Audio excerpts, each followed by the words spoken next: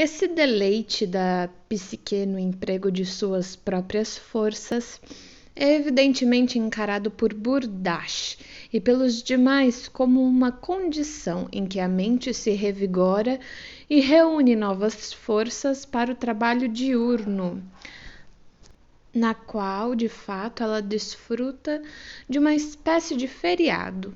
Assim, Burdash cita com aprovação as encantadoras palavras com que o poeta Novalis louva o reino dos sonhos, abre aspas. Os sonhos são um escudo contra a enfadonha monotonia da vida. Libertam a imaginação de seus grilhões para que ela possa confundir todos os quadros da existência cotidiana e irromper na permanente gravidade dos adultos com o brinquedo alegre da criança. Sem sonhos, por certo, envelheceríamos mais cedo, assim podemos contemplá-los, não talvez como uma dádiva do céu, mas como uma recreação preciosa, como companheiros amáveis em nossa peregrinação para o túmulo, fecha aspas.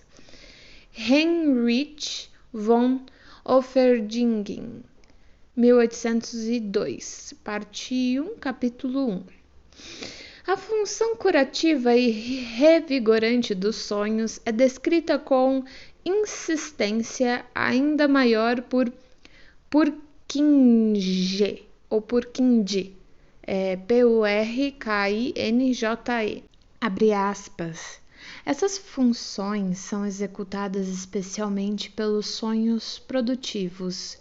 Eles são o livre curso da imaginação e não têm ligação alguma com os assuntos do dia. A mente não tem nenhum desejo de prolongar as tensões da vida de vigília, procura relaxá-las e recuperar-se delas. Produz, acima de tudo, condições contrárias às da vigília. Cura o pesar com alegria, as preocupações com esperanças e imagens de amena descontração. O ódio com o amor e a amizade, o medo com a coragem e a previdência.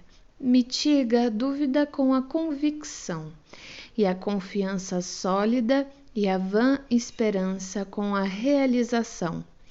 Muitas das feridas do espírito que são constantemente reabertas durante o dia são curadas pelo sono, que as cobre e resguarda de novos danos. A ação curativa do tempo baseia-se parcialmente nisso, fecha aspas.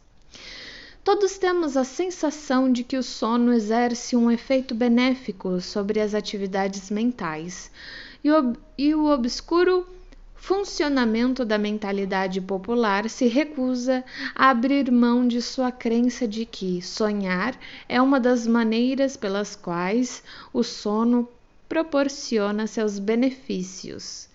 A tentativa mais original e ampla de explicar os sonhos como uma atividade especial da mente capaz de livre expansão apenas durante o estado de sono foi a que empreendeu Scherner em 1861.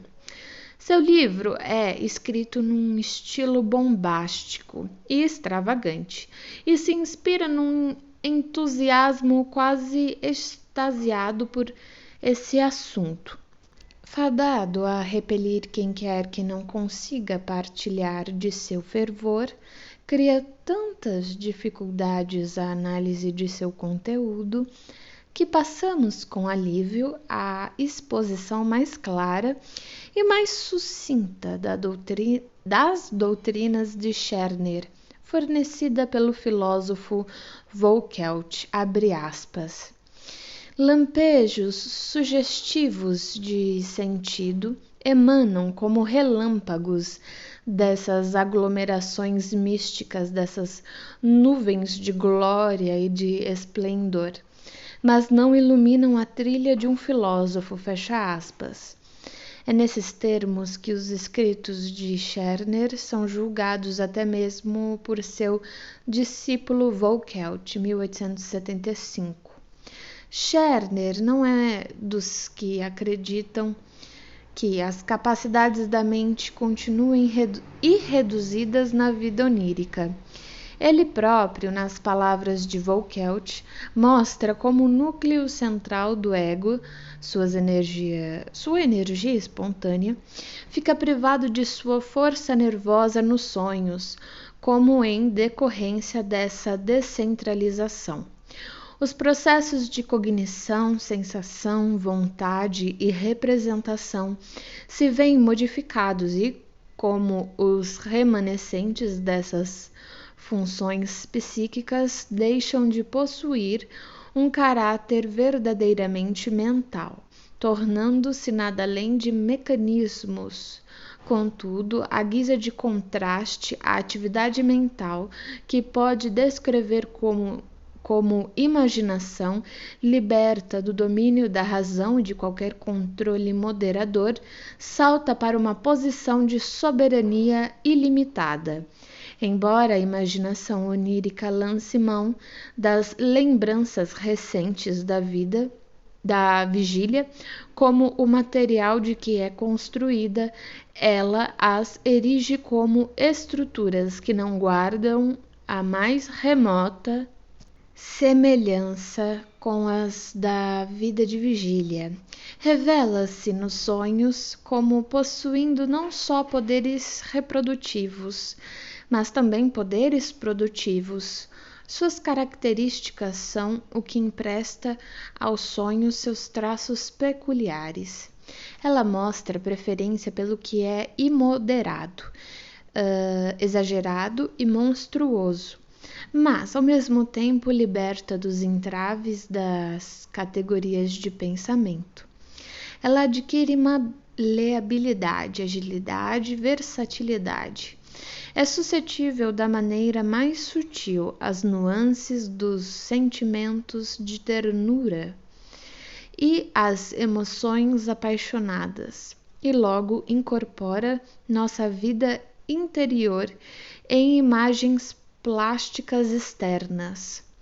Nos sonhos, a imaginação se vê destituída de poder da linguagem conceitual. É obrigada a retratar o que tem a dizer de forma pictórica. E como não há conceitos que exerçam uma influência atenuante, faz pleno e poderoso uso da forma pictórica. Assim, por mais clara que seja sua linguagem, ela é difusa, desajeitada e canhestra. A clareza de sua linguagem sofre particularmente pelo fato de ela se mostrar avessa a representar um objeto por sua imagem própria, preferindo alguma imagem estranha que expresse apenas a imagem específica dos atributos do objeto que ela busca representar. Temos aqui a atividade simbolizadora da imaginação, reticências. Outro ponto importantíssimo é que a imaginação onírica jamais retrata as coisas por completo, mas apenas esquematicamente, e mesmo assim, da forma mais rústica. Por essa razão, suas pinturas parecem esboços inspirados. Não se detém, contudo, ante a mera representação de um objeto, mas atende a uma exigência interna de envolver o ego onírico em maior ou menor grau com o objeto, assim produzindo um evento, por exemplo, um sonho provocado por um estímulo visual. Pode representar moedas de ouro na rua. O sonhador as apanhará com prazer e as levará consigo. O material com que a imaginação onírica realiza seu trabalho artístico é principalmente, de acordo com Scherner, fornecido por aqueles estímulos somáticos orgânicos que são tão obscuros durante o dia.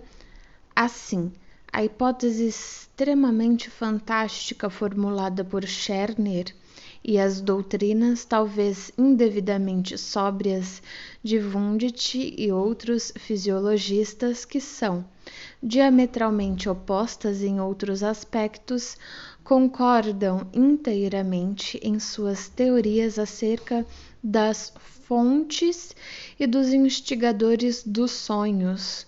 Segundo a visão fisiológica, porém, a reação mental aos estímulos somáticos internos esgotasse na provocação de certas representações apropriadas aos estímulos, essas representações dão lugar a outras por vias associativas. E nesse ponto, o curso dos eventos psíquicos nos sonhos parece chegar ao fim. Segundo Scherner, por outro lado, os estímulos somáticos não fazem mais do que fornecer à mente material que ela possa utilizar para suas finalidades imaginativas. A formação dos sonhos só começa aos olhos de Scherner no ponto que os outros autores encaram como seu fim. O que a imaginação onírica faz aos estímulos somáticos não pode, naturalmente, ser considerado como servindo a alguma finalidade útil.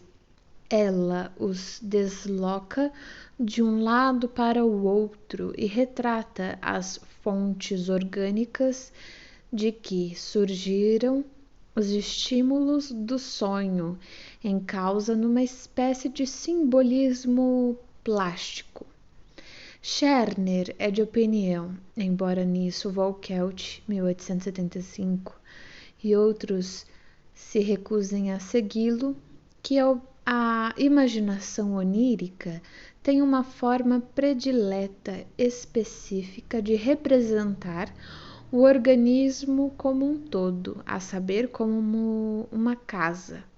Felizmente, porém, não parece restringir-se a esse método único de representação. Por outro lado, pode valer-se de toda uma fileira de casas para indicar um único órgão. Por exemplo, uma rua muito longa, repleta de casas, pode representar um estímulo proveniente dos intestinos. Além disso, partes isoladas de uma casa podem representar partes separadas do corpo. Assim, num sonho causado por uma dor de cabeça, a cabeça pode ser representada pelo teto de um quarto, coberto de aranhas repelentes e semelhantes a sapos. Deixando de lado esse simbolismo de casa, inúmeros outros tipos de coisas podem ser empregados para representar as partes do corpo de que surgiu o estímulo para o sonho, abre aspas. Assim, o pulmão que respira será simbolicamente representado por uma fornalha flamejante, com chamas a crepitar com um som semelhante ao da passagem de ar. O coração será representado por caixas ou cestas ocas, a bexiga por objetos redondos em forma de sacos ou, mais genericamente, por objetos ocos. Um sonho causado por estímulos provenientes dos órgãos sexuais masculinos poderá fazer com que o sonhador encontre na rua a parte superior de um clarinete, ou a boquilha de um cachimbo, ou ainda um pedaço de pele de animal. Aqui, o clarinete e o cachimbo representam a forma aproximada do órgão masculino, enquanto a pele representa os pelos pubianos. No caso de um sonho sexual numa mulher, o espaço estreito em que as coxas se unem poderá ser representado por um pátio estreito, cercado de casas, enquanto a vagina será simbolizada por uma trilha lisa, escorregadia e muito estreita, que atravesse o pátio por onde a sonhadora terá que passar, talvez para levar uma carta a um cavalheiro, fecha aspas. É de especial importância que ao final de sonhos como esses, com um estímulo somático, a imaginação onírica muitas vezes põe de lado seu véu, por assim dizer, revelando abertamente o órgão em causa, a sua função. Assim, um sonho, abre aspas, como um estímulo dental, fecha aspas, costuma terminar com a imagem do sonhador arrancando um dente de sua boca. A imaginação onírica não pode apenas dirigir sua atenção para a forma do órgão estimulante, mas igualmente simbolizar a substância contida nesse órgão. Dessa maneira, um sonho com um estímulo intestinal pode levar o sonhador a percorrer ruas lamacentas, enquanto um sonho com um estímulo urinário talvez o conduza a um curso d'água espumejante. Ou então, o estímulo com tal a natureza da excitação que ele produz ou o objeto que ele deseja podem ser simbolicamente representados. Ou talvez o ego onírico entre as relações concretas com os símbolos de seu próprio estado, por exemplo, no caso de estímulos dolorosos, o sonhador poderá empenhar-se numa luta desesperada com cães ferozes ou touros selvagens, ou uma mulher que tenha um sonho sexual poderá ver-se perseguida por um homem nu. Independentemente da riqueza dos meios que emprega, a atividade simbolizadora da imaginação permanece como a força central em todos os sonhos. A tarefa de penetrar mais a fundo na natureza dessa imaginação e de encontrar um lugar para ela num sistema de pensamento filosófico é tentada por Volkelt nas páginas de seu livro. Mas embora este seja bem escrito e dotado de sensibilidade, continua a ser extremamente difícil de compreender por qualquer cuja formação anterior não o tenha preparado para uma apreensão benevolente dos construtos conceituais da filosofia. Nenhuma função utilitária se liga à imaginação simbolizadora de Scherner.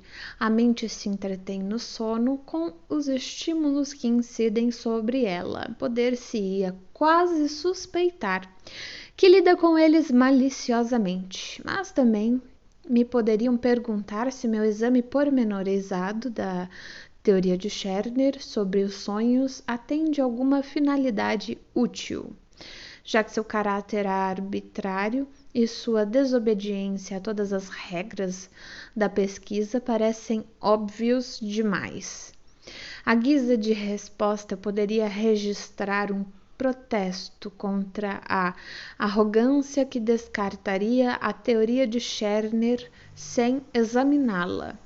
Sua teoria se fundamenta na impressão causada pelos sonhos num homem que os considerou com extrema atenção e que parece ter tido um grande talento pessoal para pesquisar as coisas obscuras da mente. Além disso, ela versa sobre um assunto que por milhares de anos tem sido considerado pela humanidade como enigmático, sem dúvida, mas também como importante em si mesmo e em suas implicações.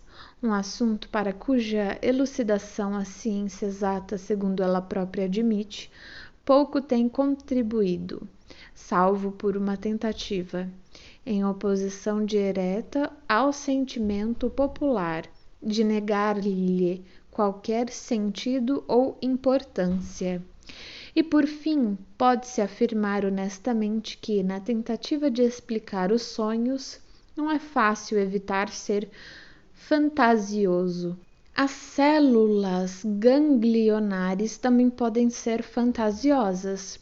O trecho que citei de um pesquisador sóbrio e rigoroso como Binzi e que descreve o modo como o alvorecer do estado de vigília penetra furtivamente na massa de células adormecidas do córtex cerebral, não é menos fantasioso nem menos improvável do que as tentativas de Scherner de chegar a uma interpretação.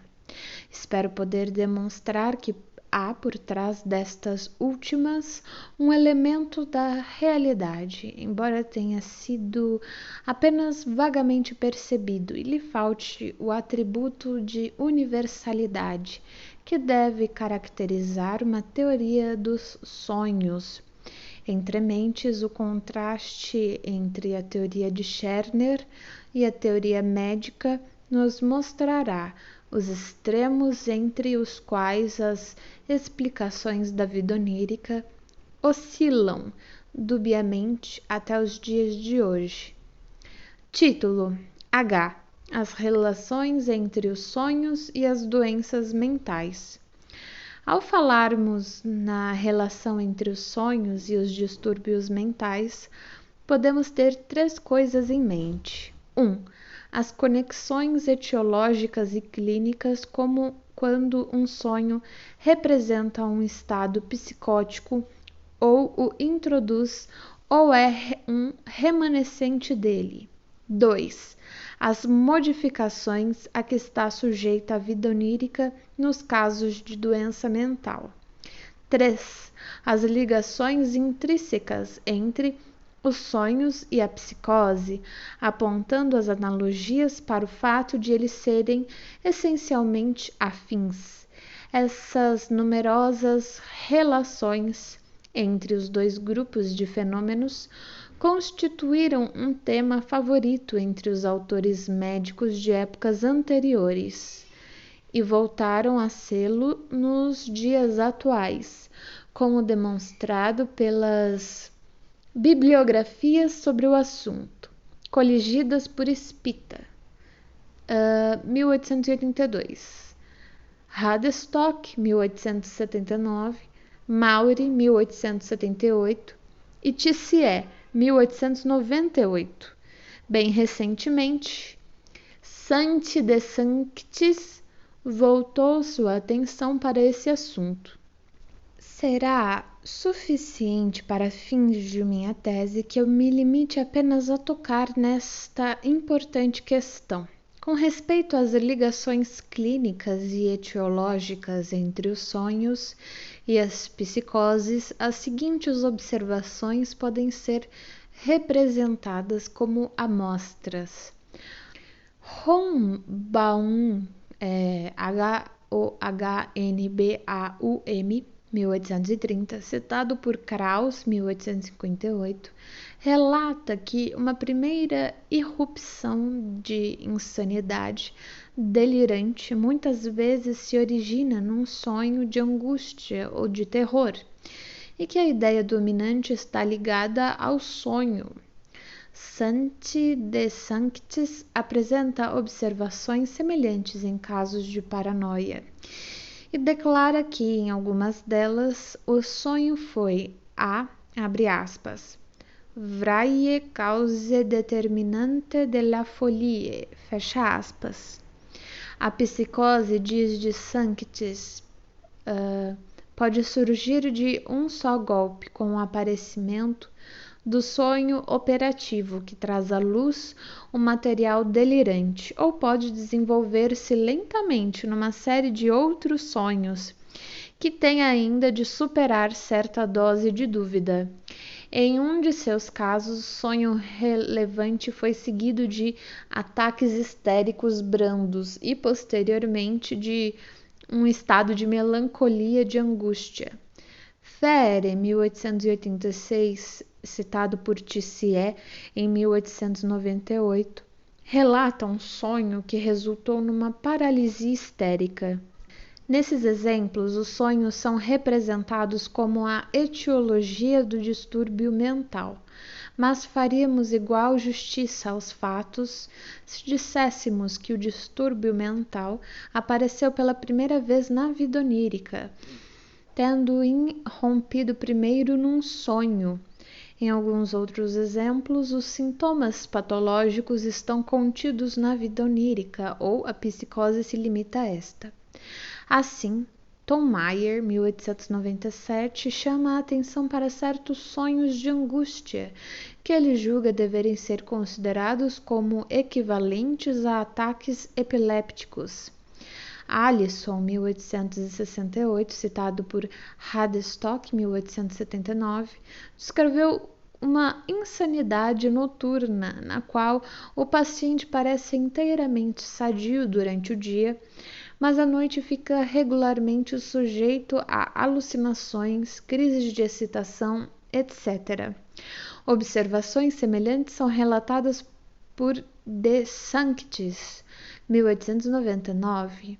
Abri parênteses, um sonho de um paciente alcoólatra que era equivalente a uma paranoia e que representava vozes que acusavam sua mulher de infidelidade, fecha parênteses.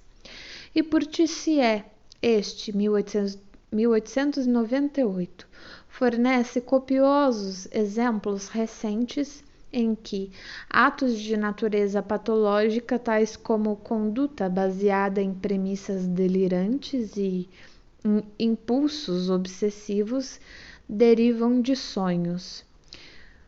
Ghislain, 1833, descreve um caso em que o sono foi substituído por uma loucura intermitente.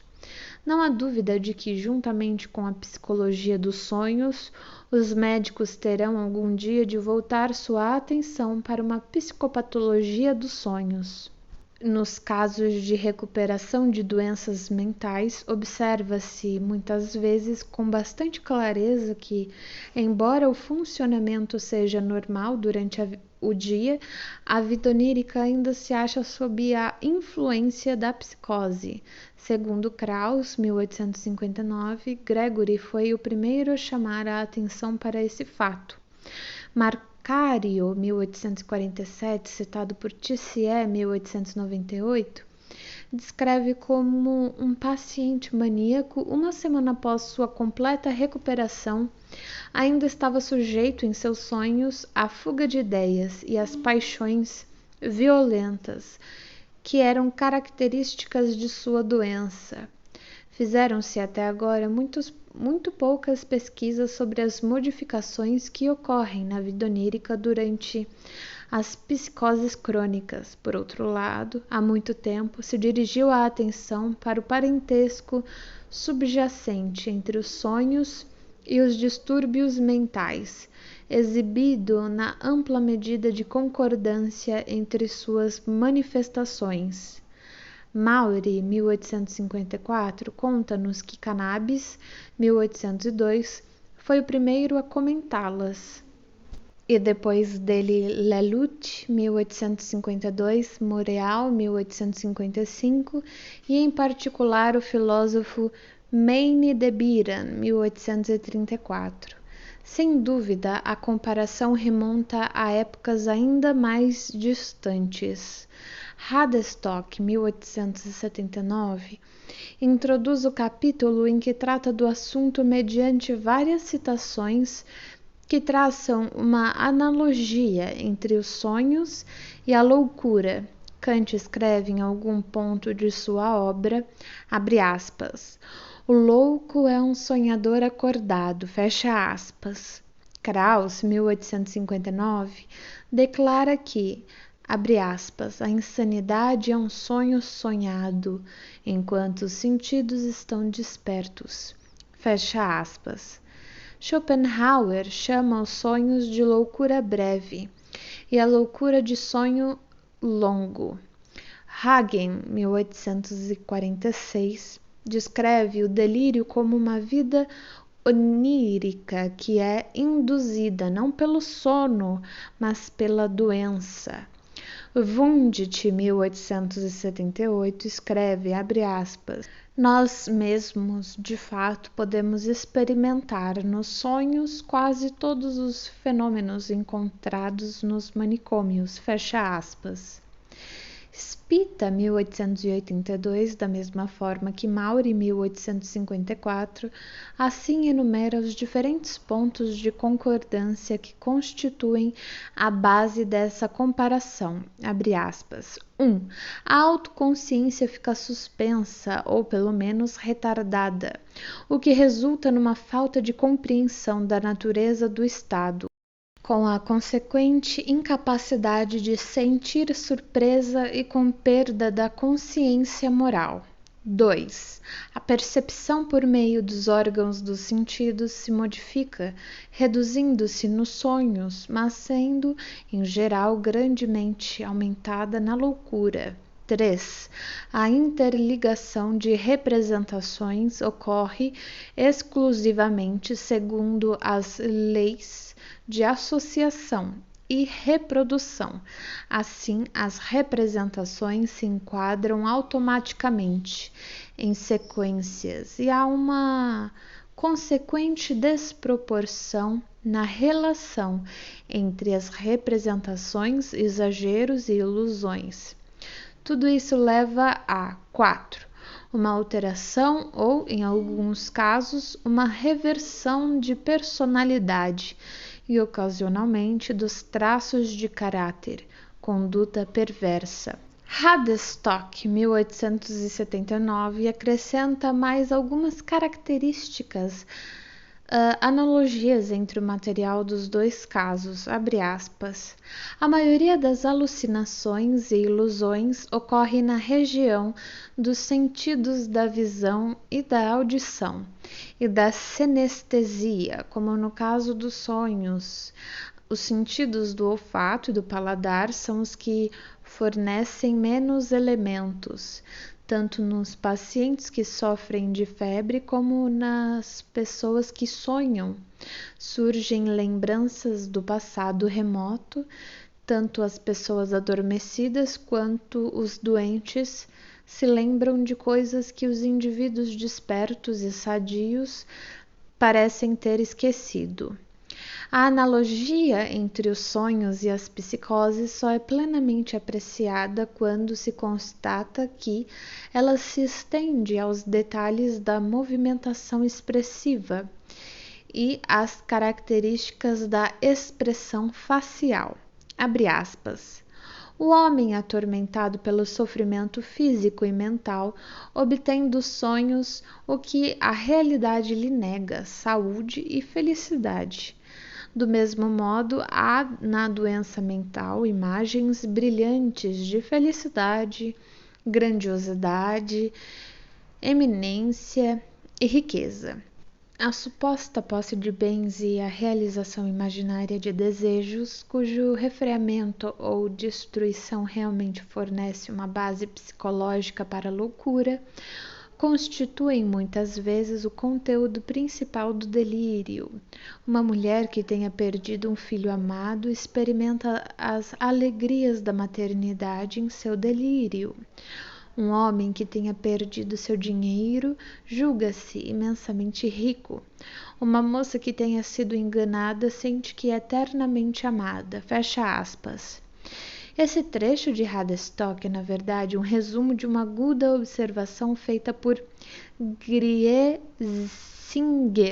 1861, que mostra com bastante clareza que as representações nos sonhos e nas psicoses têm em comum a característica de serem realizações de desejos. Minhas próprias pesquisas ensinaram-me que nesse fato se encontra a chave de uma teoria psicológica, tanto nos sonhos quanto das psicoses. Abre aspas. A principal característica dos sonhos e da loucura reside em suas excêntricas sequências de pensamento e sua fraqueza de julgamento. Fecha aspas.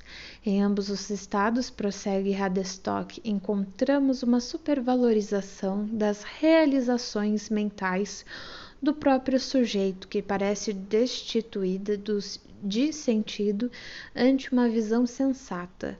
A rápida sequência de representações nos sonhos encontra paralelo na fuga de ideias nas psicoses.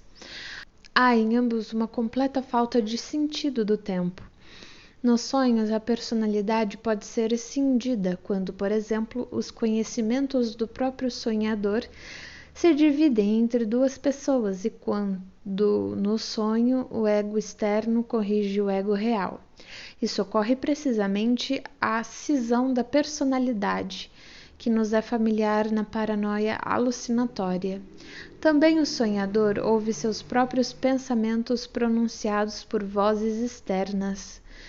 Mesmo as ideias delirantes crônicas têm sua analogia nos sonhos patológicos estereotipados recorrentes. Le rêve obsédant.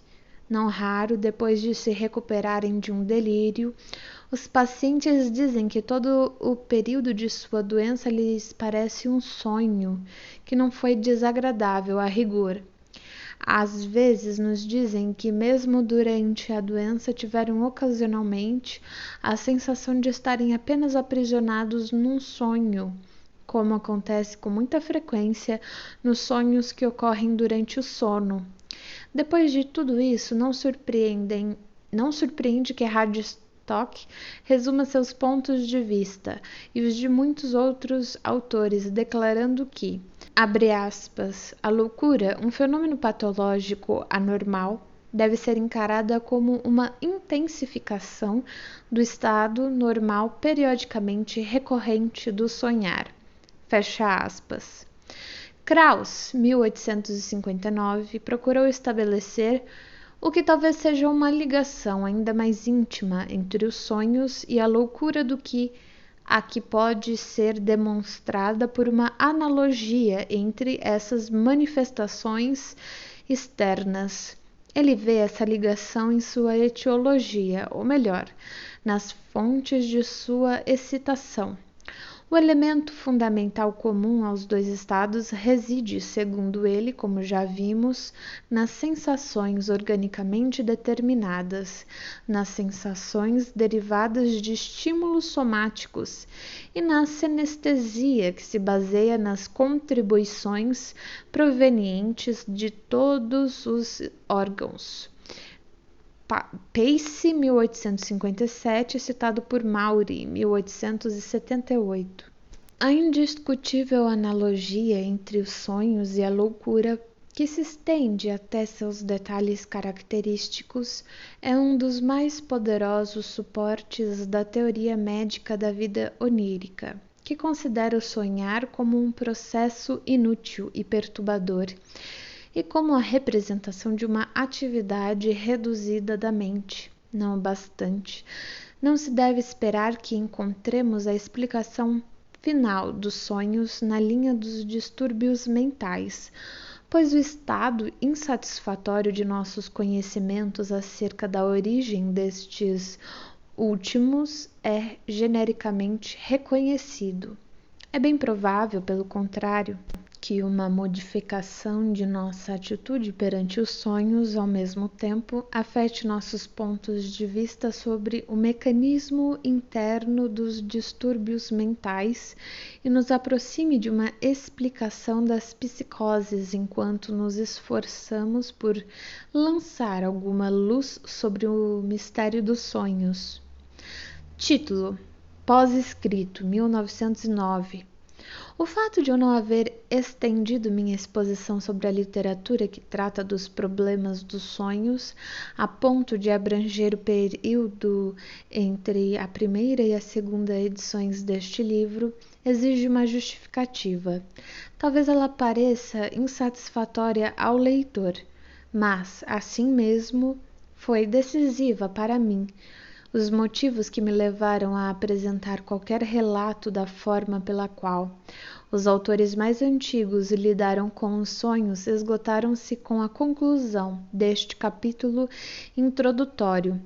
Prosseguir nessa tarefa ter-me-ia custado um esforço extraordinário, e o resultado teria sido muito pouco útil ou instrutivo, pois os 9 anos intermediários nada trouxeram de novo ou valioso, quer em material factual, quer em opiniões que pudessem lançar luz sobre o assunto.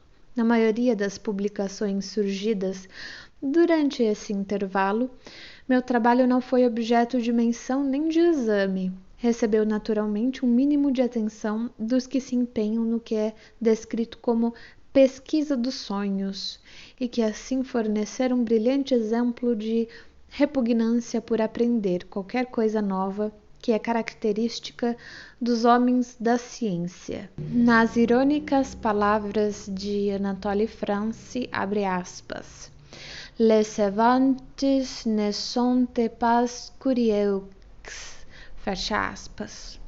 Se houvesse na ciência algo como o direito à retaliação, por certo, eu estaria justificado por minha parte em desprezar a literatura editada desde a publicação deste livro. As poucas notas que apareceram sobre ele nos periódicos científicos demonstram tal falta de compreensão e tais erros na compreensão que minha única resposta aos críticos seria sugerir que relessem o livro, ou talvez a rigor, apenas sugerir que o lessem. Grande número de sonhos foi publicado e analisado segundo minha orientação, em trabalhos da autoria de médicos que resolveram adotar o método terapêutico psicanalítico, bem como de outros autores, na medida em que esses textos foram além de uma simples confirmação de meus pontos de vista. Incluí seus resultados no corpo de minha exposição. Acrescentei uma segunda bibliografia no fim do volume, contendo uma relação das obras mais importantes surgidas desde a primeira edição deste livro. A extensa monografia sobre os sonhos, da autoria de Santé de Sanctis, 1889, cuja tradução alemã surgiu logo após seu lançamento, foi publicada quase simultaneamente à minha interpretação dos sonhos, de modo que nem eu nem o autor italiano pudemos tecer comentários sobre as obras um do outro. Infelizmente, não pude fugir à conclusão de que seu trabalho volumoso é totalmente deficiente de ideias, tanto de fato que nem sequer levaria alguém a suspeitar da existência dos problemas sobre os quais discorri. Exigem menção apenas 2 publicações que se aproximam de minha própria abordagem dos problemas dos sonhos. Hermann Swoboda, 1804, um jovem filósofo, empreendeu a tarefa de estender aos eventos psíquicos a descoberta de uma periodicidade biológica em períodos de 23 e 28 dias, feitas por Wilhelm Flies, 1906. No decurso de seu trabalho altamente imaginativo, ele se esforçou por utilizar essa chave para a solução, entre outros problemas, do enigma dos sonhos. Seus resultados parecem subestimar a importância dos sonhos. O tema de um sonho, segundo seu ponto de vista, deve ser explicado como uma montagem de todas as lembranças que, na noite em que ocorre o sonho, completem um dos períodos biológicos, seja pela primeira ou pela enésima vez. Uma comunicação pessoal do autor levou-me a supor a princípio que ele próprio já não levava essa teoria a sério, mas essa parece ter sido uma conclusão errônea de minha parte. Numa fase posterior, relatarei algumas observações que fiz em relação à sugestão de Swoboda, mas que não me conduziram a qualquer conclusão convincente. Fiquei mais satisfeito quando, num setor inesperado, descobri casualmente uma visão dos sonhos que coincide na íntegra com o cerne de minha própria teoria. É impossível, por motivos cronológicos, que a formulação em pauta possa ter sido influenciada por meu livro. Devo, portanto, saudá-la como o único exemplo encontrável na literatura sobre o assunto, de um pensador independente que concorda com a essência de minha teoria dos sonhos. O livro, que contém o trecho que tenho em mente sobre os sonhos, surgiu em sua segunda edição em 1900, sob o título de Phantasien eines Realisten, de Linnaeus, primeira edição, 1899. Título: Pós-escrito, 1914. A nota justificatória precedente foi escrita em 1909. Sou forçado a admitir que desde então a situação se modificou. Minha contribuição para a interpretação dos sonhos já não é desprezada pelos autores que escrevem sobre o assunto. O novo estado de coisas, entretanto, fez com que ficasse inteiramente fora de cogitação a ideia de ampliar meu relato anterior sobre a literatura. A interpretação dos sonhos levantou toda uma série de novas considerações e problemas que têm sido discutidos de inúmeras maneiras. Não posso apresentar uma exposição dessas obras, no entanto, antes de expor os pontos de vista de minha própria autoria em que elas se baseiam. Assim sendo, abordarei tudo o que me pareceu valioso na literatura mais recente, no lugar apropriado ao longo da discussão que se segue.